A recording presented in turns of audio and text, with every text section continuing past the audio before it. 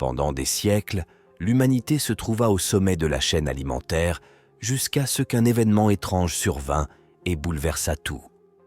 Une modification génétique fit son apparition, introduisant ainsi une race totalement différente appelée Quimios. Leurs avantages génétiques se résument à des améliorations mineures de leur force, de leur endurance et de la régénération cellulaire. Un tiers de la population mondiale devint alors un Quimio, doté également de capacités spéciales appelées talents. La plupart de ces talents étaient inoffensifs, tels que la capacité de contrôler un simple élément ou de modifier leur structure interne pour créer des extensions physiques.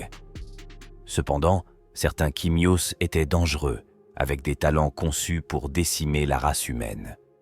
Dans la ville de Port d'Espagne, un combat eut lieu dans l'arène de M-Pin, le meilleur tournoi d'arts martiaux mixtes légaux. Le présentateur annonça le combat entre le héros She-Heart, un humain du club de l'Ambre Rouge, et Quill, un Quimio du club du Lac Salin qui comptait 15 victoires et 4 défaites. Le présentateur incita le public à s'attendre à une lutte ensanglantée, précisant que ces combats devenaient de plus en plus rares pour des raisons médicales. Il ajouta que les 3 dernières victoires du héros étaient prometteuses. Ainsi le combat commença. Quill lança son premier coup de poing, mais le héros resta ferme, bloquant son attaque. Son adversaire enchaîna avec une deuxième attaque, un coup de pied droit, mais celui-ci ne se laissa pas déstabiliser, bloquant à nouveau l'attaque. Quill provoqua le héros en lui laissant l'opportunité de le frapper. Le héros tenta une ouverture et pendant qu'il s'apprêtait à infliger un coup à l'adversaire, celui-ci anticipa et l'attaqua en étirant son corps en forme de pique, blessant le héros. Le héros se releva, déterminé à ne pas perdre. Il réalisa que son adversaire ne pouvait maintenir ses épines que pendant une courte période, entre 30 et 60 secondes. Il tenta de fatiguer son adversaire en lui infligeant plusieurs coups puissants à la mâchoire. Quill, complètement sonné par le puissant coup du héros, se dit qu'il devait vite prendre le dessus au risque de perdre. Ainsi, le héros lança une attaque aérienne. Quill sourit et utilisa sa capacité d'extension pour bloquer l'attaque du héros, mais ce dernier annula son attaque aérienne, se retourna rapidement et envoya un coup dévastateur à l'abdomen de l'adversaire. Le héros s'apprêtait à lui infliger un deuxième coup, mais Quill, surpris, pensait que le héros allait attaquer son visage. Il utilisa une nouvelle fois ses capacités d'extension corporelle tranchantes, mais le héros l'évita et lui asséna un deuxième coup puissant à l'abdomen. Quill, déterminé à ne pas perdre, utilisa sa compétence pour blesser la main du héros, mais ce dernier sourit, affirmant que son plan avait fonctionné, et enchaîna un coup puissant à la mâchoire de Quill, qui le mit hors d'état de nuire. 1 heure s'écoula après le combat. Pendant que le héros essuya ses blessures dans le vestiaire, le commentateur annonçait les prochains combats. Le héros était couvert de coupures et de sang. Ce combat ne fut pas facile, même si, pour un humain, vaincre un Quimio représentait un véritable défi. Ainsi, 2 inconnus entrèrent dans le vestiaire pendant qu'ils nettoyaient ses blessures. Les 2 inconnus étaient en colère, car ils avaient parié beaucoup d'argent sur la défaite du héros et lui reprochaient d'avoir gagné. Les hommes ordonnèrent au héros de leur rembourser l'argent perdu, affirmant qu'ils le laisseraient tranquille en échange. Le héros leur demanda de fermer la porte en premier. L'un des 2 ennemis sortit un couteau et lui dit de faire ses prières. Quelques minutes plus tard, la fille derrière le comptoir se demandait où se trouvait le protagoniste, attendant impatiemment sa présence. Elle ajouta à quel point il était séduisant. Le protagoniste sortit du vestiaire et salua la fille. La fille répondit que le combat du protagoniste avait été incroyable et ajouta qu'il était toujours séduisant malgré ses égratignures. Le héros le remercia. La fille lui proposa une sortie après la fin de la compétition, mentionnant qu'il avait souvent refusé ses invitations. Cependant, le héros s'excusa et lui dit qu'il préférait rentrer chez lui. La fille lui remit l'argent de ses gains de la soirée et lui proposa un peu de chaleur au cas où il aurait froid un jour. Le héros prit l'argent et informa la jeune fille qu'il avait 2 inconnus blessés dans son vestiaire. Plus tard dans la nuit, une fois rentré chez lui, il entra dans la salle de bain et s'installa dans la baignoire. Il ajouta que malgré la douleur, il ne pouvait pas s'arrêter là. Sur la table se trouvait une énorme quantité d'analgésiques qui lui permettrait de tenir. Le lendemain matin, un homme nommé Tevin et sa copine attendaient le protagoniste devant sa maison. Ils spéculaient sur le fait que le héros était encore en retard. Tevin se disait que peut-être il y avait une femme à l'intérieur de la maison. Ainsi, le protagoniste sortit de la maison, leur reprochant de parler trop fort, sans même penser au fait qu'il était 6 heures du matin. Les amis ont déclaré que depuis tout le temps qu'ils se connaissaient, personne n'était jamais allé rendre visite dans sa demeure. Ils demandèrent si le protagoniste vendait de la drogue, ajoutant que sa grand-mère avait besoin d'Advil. Un peu plus tard, ils arrivèrent au dojo. Tevin remercia sa copine et ils se rendirent au dojo. Le héros disait que ses partenaires de combat du dojo ne provenaient pas de familles riches. Il ajouta que le vieil homme nommé Léo Thomas était son professeur et celui de tout le monde ici.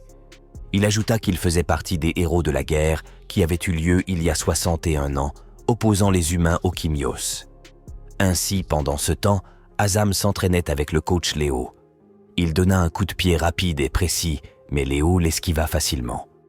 Adam continua à donner des coups de pied ultra rapides au vieil homme, mais celui-ci les évita. Tout le monde aimait Léo, car il les traitait tous comme ses fils. Pendant qu'Azam se dirigeait rapidement vers son coach, le vieil homme dit à Azam que malgré sa rapidité, il était trop prévisible et n'utilisait pas son talent correctement. Ainsi, leurs regards se croisèrent et il bloqua l'attaque d'Azam d'une main. Azam était très surpris, mais le vieil homme enchaîna avec des coups de poing ultra rapides. Thomas dit à Azam que tous les talents étaient uniques et codés selon leur personnalité. Puis il lui donna un coup de poing puissant. Il ajouta que s'il ne savait pas utiliser correctement son talent, il serait comme un humain normal. Il profita de l'occasion pour attraper la main d'Azam, le fit tourner plusieurs fois en l'air, le jeta et lui donna un coup de pied puissant. Ainsi, l'élève s'envola du ring. Pendant ce temps, Tevin dit au protagoniste que le maître lui donnerait une bonne raclée pour avoir participé à des combats clandestins. Le héros répondit que la copine de Tevin le traitait comme un enfant.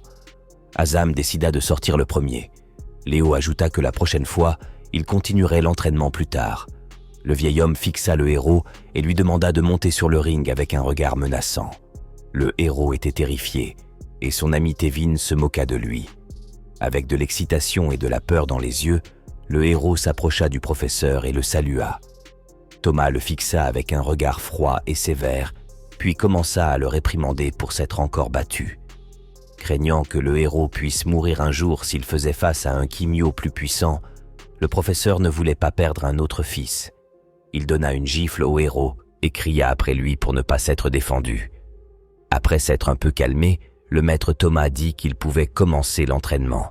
Ainsi, un inconnu du nom de Rokash entra dans le dojo et demanda au vieil homme Léo pourquoi il était si sérieux. Rokash était l'un des 150 Quimios les plus forts. Il était donc trop arrogant et pour cette raison, il n'était pas apprécié de toute la ville. Le regard de Thomas inspira la méfiance. Le héros se demanda qui était ce Rokash. Tevin traita Rokash d'analphabète, expliquant qu'il y avait un panneau à l'entrée du dojo indiquant que les étrangers n'étaient pas autorisés à entrer. Thomas dit à Rokash qu'il n'était pas le bienvenu. Rokash répondit que ce n'était pas la meilleure façon d'accueillir un ancien élève. Le héros était incroyablement surpris par le fait que Rokash fût un élève du coach. Les autres membres du dojo, en colère, invitèrent Rokash à partir, mais celui-ci suggéra un combat d'entraînement. Léo, en colère, dit à Rokash qu'il n'avait pas changé. Son corps recouvert de flammes ordonna d'arrêter tout ce cirque. C'était la première fois que le héros voyait le maître dans un tel état. Ainsi, Thomas, calmé, invita Rokash à partir, ajoutant qu'il n'aimerait pas le répéter. Rokash dit qu'après 25 ans d'absence, qu'il le traitait toujours comme un incapable. Il menaça Léo en disant qu'il se reverrait très bientôt, ajouta qu'il lui montrerait sa vraie force avant sa mort.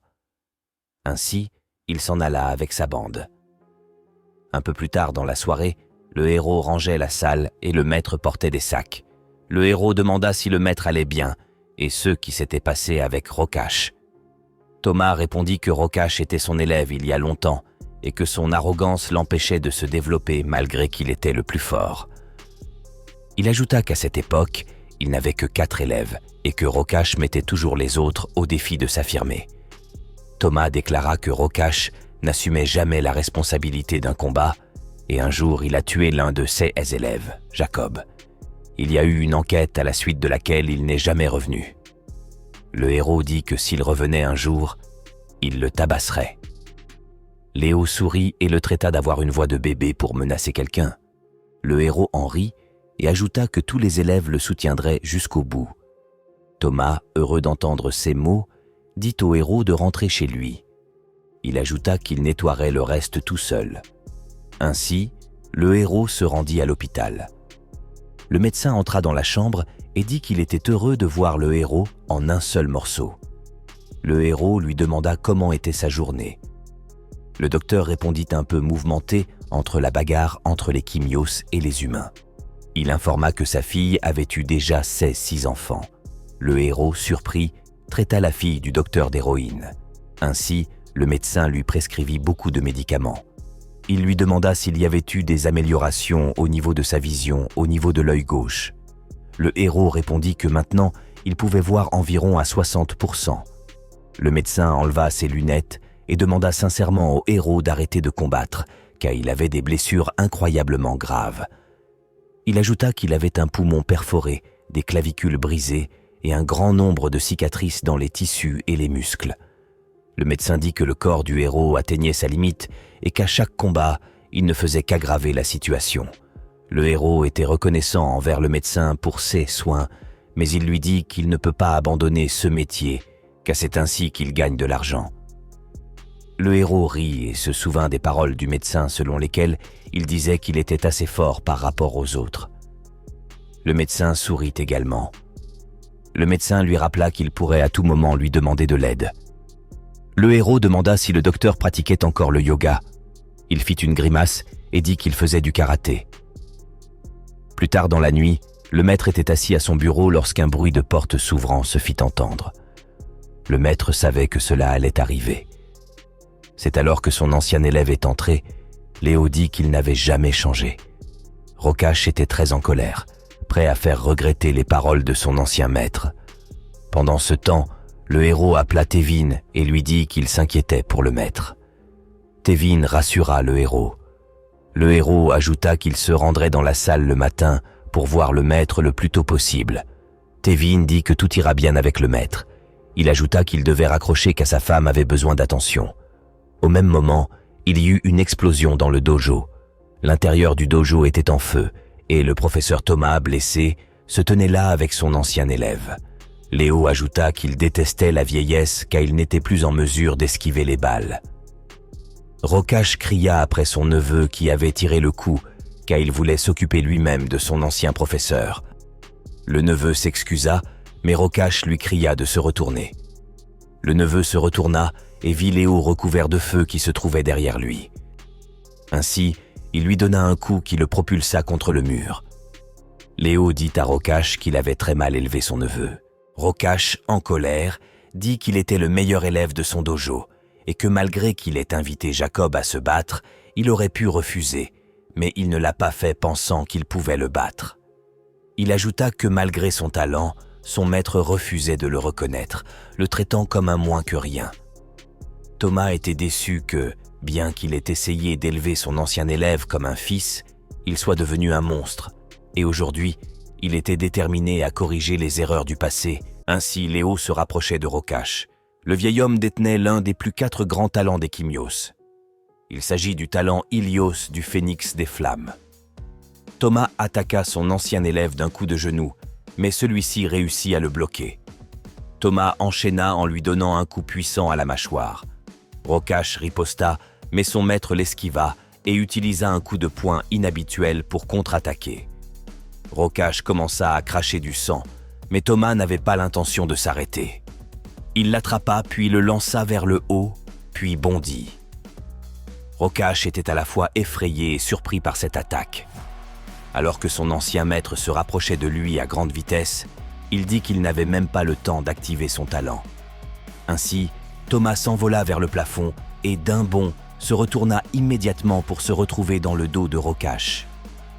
Il reçut un coup puissant de la part de son ancien maître qui le fit tomber. Thomas, déterminé à en finir, l'accompagna d'un coup de pied puissant qui provoqua une explosion. Thomas, épuisé et blessé, se plaignit de ne pas pouvoir guérir de blessures par balle dues à sa vieillesse, qui saignait abondamment. Il dit à son ancien élève qu'il savait qu'avec l'âge, sa force se détériorerait. C'est pourquoi il était venu le tuer. Thomas ajouta qu'il s'assurerait que son ancien élève reste infirme pour le reste de sa vie. Ainsi, il disparut et réapparut instantanément devant Rocache, et d'un mouvement très rapide arracha l'œil de celui-ci. Rocache commença à crier de douleur.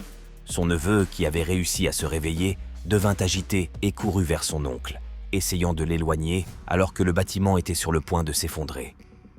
Rocache maudit Léo Thomas et déclara que cet endroit serait sa tombe. Le vieil homme épuisé s'effondra au sol, ne réagissant pas aux paroles de son ancien élève. Le lendemain, il pleuvait abondamment. Le héros et de nombreuses autres personnes étaient vêtus de vêtements noirs. Ils commencèrent à annoncer la mort de Léo Thomas, un homme bien, et on parlait du parcours du maître Thomas et des incroyables capacités qu'il avait utilisées pour faire le bien. Un des élèves de Léo était déterminé à se venger de Rocache pour avoir tué son maître. Un autre élève dit qu'il y aurait bientôt un tournoi où il pourrait avoir la chance de combattre Rocache en tête-à-tête. Le héros, de son côté, réfléchit, mais au bout d'un moment, il répondit qu'il était le seul à ne pas avoir le talent.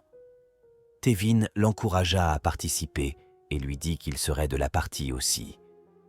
Il ajouta que son maître parlait toujours de lui comme le plus fort lors des combats, malgré qu'il n'ait pas de talent. Le héros accepta y participer et déclara qu'une fois qu'il se serait mis d'accord sur l'objectif final, il pourrait commencer. Rocache, assis, se rappela du jour où il avait tué son ancien maître. 4 mois plus tard, tous les élèves de Léo participèrent au tournoi, cherchant à obtenir une chance de venger leur maître défunt. Un des membres de l'équipe déclara qu'ils avaient déjà réservé le vestiaire et que tout ce qu'ils avaient à faire était de s'inscrire au tournoi. La copine de Tevin lui dit d'être aussi prudent que possible. Pendant ce temps, la télévision annonça qu'un des organisateurs était sur le point d'être montré. Ils commencèrent à parler de Rocache, l'homme qui avait tué le professeur du héros. Ainsi, le regard des élèves était rempli de colère. Rocache avait accumulé une série de 47 victoires et 3 défaites dans sa carrière, obtenant 8 propriétés dans le monde entier à l'âge de 37 ans. Il était considéré comme l'un des plus grands talents au-delà de son sens entrepreneurial. Il possédait son propre hôtel ainsi que sa propre ligne de vêtements. Il était classé 97e des plus grands Quimios au monde. Le journal annonçait également la mort du maître Léo, qui était considéré comme une légende lors de la guerre. Le héros en colère était prêt à se battre. Le héros demanda aux autres quel était le plan. Anton disait qu'il ne devait pas mourir puisque tuer était autorisé dans ce tournoi. Tevin avoua que si Thomas était toujours en vie, il pourrait les tuer à cause d'avoir participé à ce genre de combat. Il ajouta qu'il n'avait même pas avoué à sa copine que tuer était autorisé. Ainsi, le 4e combat de la soirée fut annoncé. Tevin, un des amis du héros, s'y trouvait, et on l'annonça. En face se trouvait un adversaire redoutable dont la vitesse était sans égale et qui n'avait jamais perdu un combat. Il s'agissait de Sunraz, l'intouchable. Tevin sourit et dit que ce combat serait un véritable test pour savoir lequel, entre un tank et la vitesse, aurait le dessus. Pendant qu'il parlait, son adversaire, d'un geste, se retrouva derrière son dos, prêt à lui donner un coup de pied. Celui-ci était surpris. Au même moment, Rocache suivait la scène dans son bureau, à ses côtés son bras droit. De l'autre côté de la scène, nous retrouvons Tevin projeté au sol. Son adversaire lui disait que tous ceux qui avaient essayé de le battre avaient perdu et ajouta que Tevin ne ferait pas exception. Tevin traita l'ennemi d'idiot, lui lança son attaque, mais fut contre-attaqué aussitôt avec un coup de pied à l'abdomen. Son ennemi commença à se déplacer rapidement autour de lui, créant des clones. Azam dit que son adversaire avait pu créer des clones grâce à son incroyable vitesse. Pendant ce temps, le héros lui ordonna d'activer son talent de défense, mais celui-ci, en position désavantageuse malgré les coups incessants de son adversaire, dit que son ennemi ne lui laissait pas le temps d'activer. Ainsi, pendant qu'il encaissait coup après coup de son adversaire, son corps se transforma. Il activa son talent de peau de rhinocéros. L'ennemi fut surpris, mais Tevin profita et attaqua sans perdre de temps. Son ennemi, n'ayant aucune information sur son talent, réussit quand même à esquiver l'attaque de ce dernier. Ainsi, l'ennemi recula au loin. Tevin était aussi presque impénétrable, tel un tank. Pendant ce temps, son adversaire attaqua en créant des clones. Tevin savait pertinemment qu'il ne pouvait pas rivaliser avec son adversaire en termes de rapidité, surtout maintenant qu'il avait activé son talent qui lui permettait de durcir sa peau, le rendant encore plus lourd. Il pensait épuiser son adversaire, mais celui-ci se trouvait devant lui, prêt à lui infliger un coup de genou. Tevin fut surpris. Alors que les attaques de l'ennemi pénétraient l'armure de Tevin, le héros en colère dit à son ami de trouver son point faible, comme le disait Maître Léo. Il ajouta de se rappeler de tout ce que le maître leur avait enseigné. Tevan ne parvenait pas à suivre son adversaire, il commença à réfléchir à la façon dont il pourrait gagner. Il entendit la voix du héros qui lui criait d'utiliser le terrain. Ainsi, pendant que l'ennemi se rapprochait, Tevin d'un geste donna un coup de pied au sol, propulsant l'ennemi en l'air. Il profita de la situation et donna un coup de poing puissant qui propulsa l'ennemi au loin. Le commentateur et le public furent incroyablement surpris, car le cours du combat avait radicalement changé en un instant. Ainsi le héros sourit et l'ennemi s'écrasa contre la barrière de l'arène, puis perdit connaissance. Tevan fut content que son ennemi fût assommé d'un seul coup. Les membres du clan du maître Léo furent contents, tout comme la copine de Tevan qui le prit dans les bras. Tevin demanda à Louise où se trouvait le héros, mais celui-ci répondit qu'il était parti se préparer pour le prochain combat. Ainsi, le commentateur annonça les participants au prochain combat. Il s'agissait du héros face à son ennemi Nanaku. Son ennemi était en colère car on lui proposait de se battre contre un humain sans talent. Le héros enjoignit à son ennemi de ne pas se mettre en travers de son chemin. Rokash se dit que le visage du héros lui semblait familier. L'arbitre annonça le début du combat.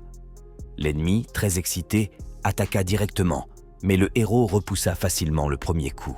Il contre-attaqua, mais son ennemi le bloqua. Ainsi, il enchaîna en utilisant son coup de pied, mais l'ennemi repoussa l'attaque. Azam cria en faveur du héros.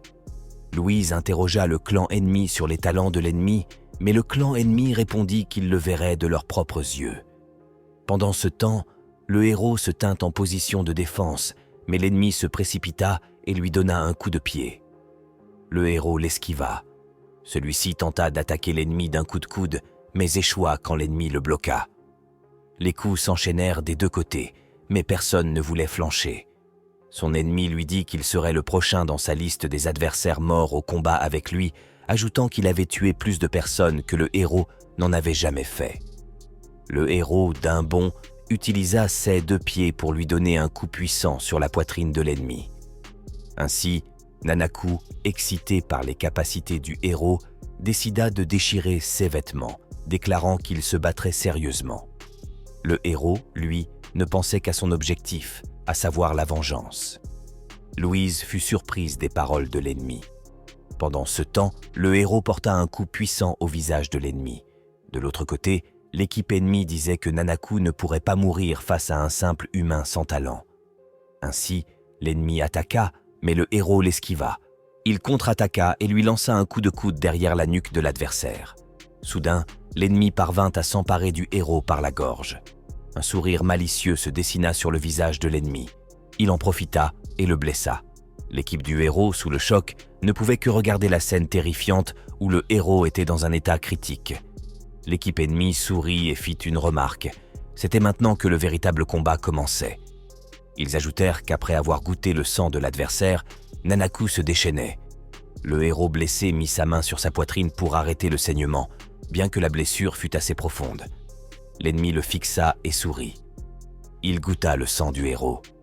Malgré la douleur, le héros lança un coup de poing, mais l'adversaire l'esquiva aussi facilement, et d'un bond, il donna un coup de pied au héros qui le propulsa au loin.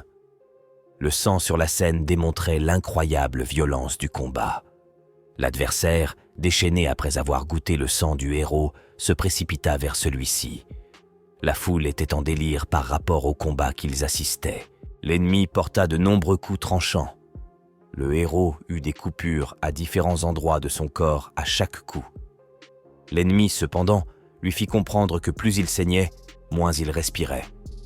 Les amis du héros ne comprirent pas ce qui se passait. Tevin, furieux, dit au héros de chercher l'angle mort de l'ennemi. Malgré la douleur, le héros se tint debout, déterminé à ne pas perdre. L'équipe ennemie disait qu'une fois que Nanaku aurait versé le sang, qu'il pourrait le considérer déjà victorieux. Ainsi, l'ennemi dégagea une incroyable aura menaçante. Le présentateur et Tevin étaient sous le choc de voir une telle aura menaçante. L'instinct de chasseur de l'ennemi fut réveillé. Les amis du héros se demandaient comment ils pourraient arrêter le combat, mais l'équipe ennemie sourit et dit qu'il était déjà trop tard. Il ajouta que Nanaku avait déjà activé son talent qui était la folie du sang, ce qui augmenta ses caractéristiques. La foule était en délire. L'adversaire fixa le héros avec un regard craintif qui réfléchissait à la façon dont il allait le tuer. Pendant ce temps, Rokash regardait le combat. L'adversaire ayant activé son talent devint plus musclé. Ainsi, il s'approcha du héros. Les amis du héros discutaient du fait que maintenant l'ennemi avait activé son talent. Il n'avait plus aucune faiblesse. Ainsi, l'ennemi bondit et lança un coup de pied puissant, mais le héros esquiva. Celui-ci enchaîna des mouvements ultra rapides avec un grand nombre de coups de poing, mais l'ennemi sourit. Le héros ne comprenait pas pourquoi il souriait, mais l'adversaire lui lança un coup de poing. Le héros esquiva, se plaça derrière son dos, puis le saisit. Utilisant toute sa force, il réussit à soulever l'ennemi et lui fit un retourné digne des scènes de catch. Les amis du héros commencèrent à se réjouir quand l'ennemi s'empara du bras du héros. Celui-ci était étonné, mais l'ennemi enchaîna en faisant violemment cogner la tête du héros au sol. Il ajouta que la proie ne gagnera jamais quelle que soit sa détermination.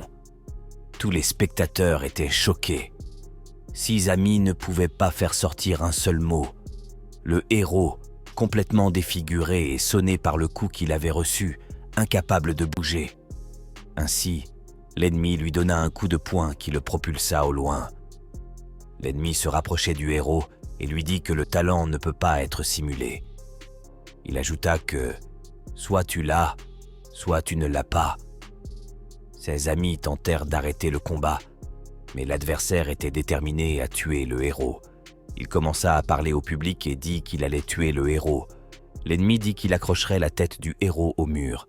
Rokash fut déçu du héros car il attendait plus de lui, puisqu'il avait été formé par le professeur Léo. L'ennemi se rapprochait du héros, écartant sa mâchoire, prêt à le tuer. Mais le héros rétorqua « Alors c'est ici, je vais mourir !»« Non, jamais. Je ne le permettrai pas tant que je n'aurai pas pu venger mon maître. » Le héros, presque aux portes de la mort, vit un homme dont la tête était recouverte de feu. Cet homme ouvrit les yeux, puis une explosion s'ensuivit, embrasant toute la scène de combat, mais fut contenue par la barrière. Les spectateurs ainsi que les amis furent choqués. Ils ne comprenaient guère ce qui se passait.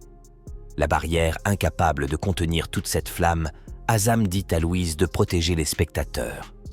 Ainsi, Louise activa son talent, permettant de contenir la flamme et de protéger les spectateurs.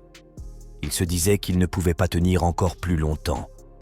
Une fille tétanisée, incapable de bouger, fut sauvée par Azam grâce à son talent de vitesse. Pendant ce temps, Tevan protégeait un jeune couple. Les membres du clan du héros spéculèrent sur la ressemblance des flammes par rapport à leur maître Léo. L'ennemi, à la fois choqué et en colère, dit au protagoniste qu'il l'avait trompé. Il ajouta qu'il s'était inscrit comme humain sans talent. Le héros, couvert de flammes, ne comprenait guère ce qui lui arrivait. Il ne comprenait pas d'où venaient ces flammes. Son corps commença à se régénérer et il ne ressentit plus aucune douleur. Il dit qu'il avait l'impression de renaître. Les amis du héros furent choqués de la scène. L'ennemi, en colère, dit au protagoniste que cela ne changerait rien à sa défaite. Il se rua vers le héros. Pendant ce temps, Anton, un des membres du clan du héros, revint du café et vit l'arène, qui était entièrement recouverte par les flammes. le héros avait l'air complètement différent d'avant. L'équipe ennemie dit à Nanaku de s'enfuir.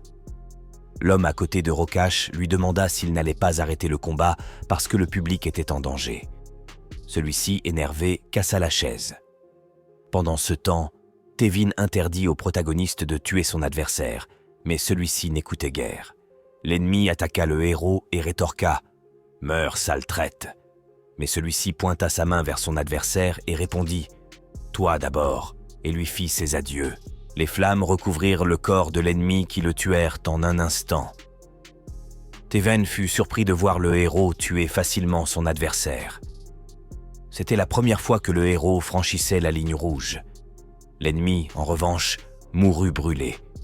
Le public était horrifié de ce qu'il voyait. Les amis furent également choqués du comportement du héros. Ainsi, le feu s'estompa du corps du héros et il reprit ses esprits. Épuisé, le héros tomba à genoux, mais Tevin se précipita vers lui et lui apporta une couverture. Il lui demanda comment il se portait. Le héros rétorqua qu'il avait senti son corps déchiré et instantanément recousu. Tevin lui demanda depuis quand il était devenu un tueur. Le héros resta silencieux. Soudain, la vitrine du bureau de Rokash explosa. Toutes les caméras furent immédiatement braquées sur lui. Tevin suggéra qu'il se sentait menacé à la vue de la performance du héros. Le présentateur déclara que Rokash aurait pu avoir un accident. Rokash, excité, demanda au héros si le maître Léo lui avait transmis son talent avant de mourir. Celui-ci répondit qu'il ne comprenait pas ce que disait Rokash. Rokash dit qu'il fut surpris que le maître Léo l'ait choisi en tant que successeur. Il ajouta qu'il le tuerait aussi facilement que son maître. Le public était choqué des propos de Rokash, car il ne savait pas que c'était son ancien élève qui avait tué le maître Léo. Derrière le dos de Rokash, un homme apparut du nom de Jonelli et le traita d'idiot. Jonelli félicita son patron pour avoir admis en direct à la télévision qu'il avait tué son ancien maître. La police était furieuse, car elle avait été engagée pour protéger l'événement, mais il s'est avéré que Rokash était le coupable. Jonelli dit à Rokash qu'il ne pouvait pas tuer la police en direct à la télévision. Ainsi, le policier pointa une arme sur eux et leur fit savoir qu'ils étaient en état d'arrestation. Il ordonna à Jonelli de s'éloigner de son patron. Jonelli dit à son patron de se tenir derrière lui pendant qu'il activait son talent. La police donna un dernier avertissement à Rokash et à son associé, mais ils continuèrent à ne pas écouter. Rokash dit que le héros n'était pas à la hauteur, même avec ce pouvoir, et s'en alla. Ainsi, la police ouvrit le feu. Jonelli repoussa les balles avec sa capacité de parasite diabolique, celui de créer des matériaux métalliques modulables qui dépassent le corps. Le héros prit la parole et dit à Rokash de prier pour que la police l'arrête avant qu'il ne tombe sur lui. Il dit à Rokash de s'enfuir, car s'il avait pu tuer le loup, il aurait dû en profiter et tuer ses enfants aussi. Il ajouta que les membres du clan du maître les poursuivront jusqu'à sa tombe. 4 mois plus tard, le journal énuméra que Rokash avait fui les autorités se cachant. Le journal annonça que la population était à nouveau plongée dans la peur due au fait des Quimios qui pouvaient attaquer des humains. Ainsi, les autorités décidèrent d'interdire aux Quimios l'utilisation des pouvoirs dans les lieux publics. Pendant ce temps, une fille regardait les informations sur son téléphone. Elle était déterminée à trouver le héros. La jeune fille médita profondément sur l'absurdité de l'interdiction des Quimios. Elle constata que, dans leur domination effrénée du monde, les humains semblaient avoir oublié les enseignements du passé. À ses yeux, la crainte des humains était une force démoniaque. Son esprit s'immergea dans l'histoire, évoquant une époque où une guerre opposa la croissance rapide de la population Quimio à l'humanité. Il y a des décennies, Quimios et humains se sont retrouvés dans un conflit acharné. La population Quimio a commencé à croître depuis la première naissance en 1542. Fort de ce pouvoir nouvellement acquis, le désir de domination des Quimios a grandi. Pourquoi les humains devraient-ils régner et dicter les lois du pays? Avec un tiers de la population étant Quimio, beaucoup ne voulaient pas seulement gouverner, mais éliminer la race humaine, créant ainsi une lignée pure d'évolution. Les humains ont été contraints de s'unir, toutes les nations se dressant ensemble contre cet ennemi commun. Ils ont défendu leurs terres et leurs peuples au milieu du chaos, tandis que les Quimios chassaient et massacraient des millions. Cependant, tous les Quimios n'ont pas emprunté ce chemin de destruction. Ceux qui étaient corrompus étaient dirigés, influencés et commandés par un homme, Kin, le père de toute la rébellion. Le pouvoir l'avait corrompu. Le monde identifie les 150 utilisateurs de talents les plus puissants parmi les 2,5 milliards estimés de Quimios. Parmi ces rangs, les 10 premiers sont appelés niveau divin. Kin lui-même occupait la première place. Grâce à son influence, la guerre a duré 124 ans, se terminant en 1957. Bien qu'il soit considéré comme le plus grand ennemi de l'humanité, Kin a été classé en première position. Au fil des années, nous avons développé un moyen d'incarcérer les personnes dotées de talents aussi puissants. Aussi redoutable qu'il était, Kin a rencontré sa fin par assassinat. Comment la plus grande menace pour l'existence humaine a-t-elle succombé à un tel destin?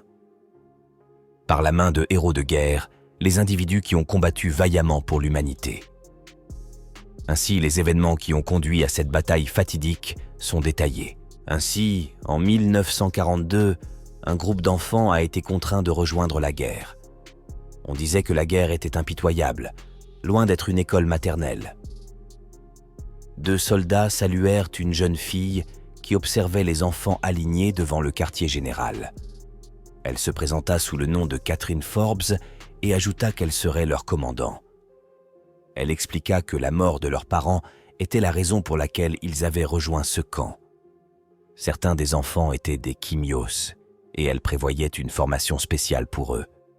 Elle affirmait que la nation avait besoin d'aide, même de la part des enfants, pour faire face à Kin. Elle ajouta que leur vie serait différente des autres. Le jour suivant, leur formation commença.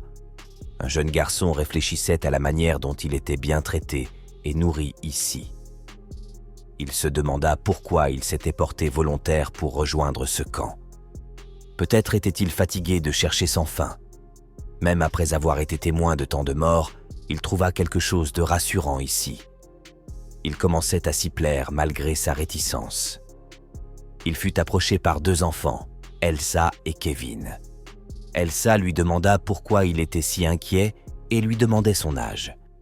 Le garçon répondit qu'il avait 8 ans. Elsa expliqua qu'elle ne pouvait pas quitter son frère Kevin, comme le demandait la dernière volonté de leur mère. Le jeune garçon n'y voyait aucun inconvénient. Dans ses pensées, le jeune garçon trouva Elsa mignonne. Alors qu'il pleuvait et que le bruit des bombes résonnait, le soldat se tourna vers le commandant, l'informant de l'attaque des troupes de Kin. Forbes s'indigna, car il semblait impossible que l'ennemi connaisse leur emplacement. Le soldat rapporta avoir informé le major et qu'il devrait arriver bientôt. Le commandant Forbes lui demanda de l'emmener avec lui. Le major se nommait Jamie Altam. Forbes déclara qu'elle ne savait pas comment ils avaient été retrouvés, mais elle prévoyait une évacuation. Jamie dit qu'il pouvait s'en passer. Le quartier général était maintenant la cible d'attaques aériennes. Les soldats emmenèrent les enfants, mais certains manquaient à l'appel.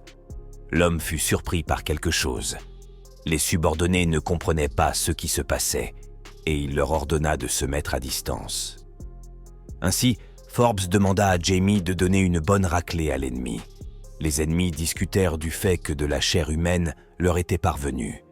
Un des Quimios demanda où se cachaient les autres humains, mais Jamie inclina simplement son chapeau, tendant son bras, et fit sortir de nombreux fils rouges, formant une toile mortelle qui s'emparait de tous les ennemis. Pendant ce temps, le jeune garçon et les 2 autres se cachèrent. Elsa demanda s'ils seraient en sécurité. Le jeune garçon la rassura en promettant qu'on ne les retrouverait jamais. À ce moment-là, un certain Quimio remarqua la présence du jeune garçon qui ne s'attendait pas à être retrouvé. Les enfants commencèrent à fuir face à un grand nombre de Quimios. Le jeune garçon dit aux autres enfants de s'enfuir, et lorsqu'Elsa lui demanda s'il les accompagnerait, il répondit qu'il avait promis qu'il serait en sécurité. Ainsi, les cheveux du garçon prirent feu. Elsa fut choquée. Le garçon se couvrit de feu et dit aux enfants de se dépêcher. Pendant que Jamie immobilisait les ennemis avec ses fils, le jeune garçon tuait les ennemis avec son feu. Ils continuèrent leurs escarmouches, éliminant de nombreux ennemis. Jamie remarqua l'incendie à l'arrière et s'y dirigea immédiatement. Lorsqu'il vit cette scène, ses yeux s'écarquillèrent sous le choc. De son côté, le garçon pensa qu'il avait désormais un but dans la vie. Jamie demanda le nom du garçon et celui-ci se présenta comme étant Léo Thomas.